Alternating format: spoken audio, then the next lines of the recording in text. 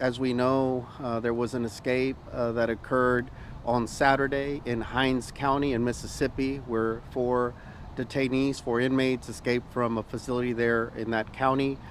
We learned later that a vehicle that was taken during the escape was ultimately found here in Houston. At that point, soon after, we began our search here, trying to assist with the search efforts. And today we were successful. The Gulf Coast Violent Offenders Task Force, members of that group, were able to locate him and arrested him without incident at a hospital on North Loop West, just north of the downtown area. And so he was taken without incident at approximately 1:40 p.m. At approximately 3 p.m., he arrived here at the Harris County Jail, so he's now in our custody. And at this point, we'll just determine the extradition process working with the U.S. Marshals. So we're relieved that we found him. Of the four, we know he's now in custody. We believe one of the other escapees was killed in a shootout with police. That was in Mississippi. And the other two, I believe they still remain at large. Where they're at, we don't know. Any indication of why he was seeking out medical help?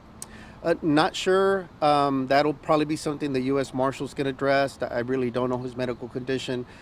He did not have anything overtly serious injuries or anything. So if he was dealing with some type of other underlying issue or medical concern or anything, that would be something that U.S. Marshals would have to talk about. And you say, and a lot of law enforcement say all the time, if you see something, say something. It seems like this was borne out that way. Yes, we believe so. Again, there were a lot of tactics that were being utilized to try to locate him, and obviously, as we kept honing in, we were able to work with the community members, and we always encourage them to reach out and share information. Sometimes it might be significant, maybe at times maybe not, but we try to pursue all leads, and by different means we were able to locate him today, and we're glad he was able to be taken into custody without incident and nobody was hurt during the search and ultimately his arrest. And I know you were working very closely with Sheriff Tyree Jones in Mississippi, but also here, talk about the agencies and how you all work together to try to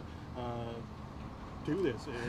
Yeah, absolutely. Here in Harris County, we have a very collaborative effort. All agencies work together. So from the U.S. Marshals, obviously we're a member as well from the U.S. Marshals Gulf Coast Violent Offenders Task Force. That's always front and center whenever a significant defendant is on the run, so they sprung into action.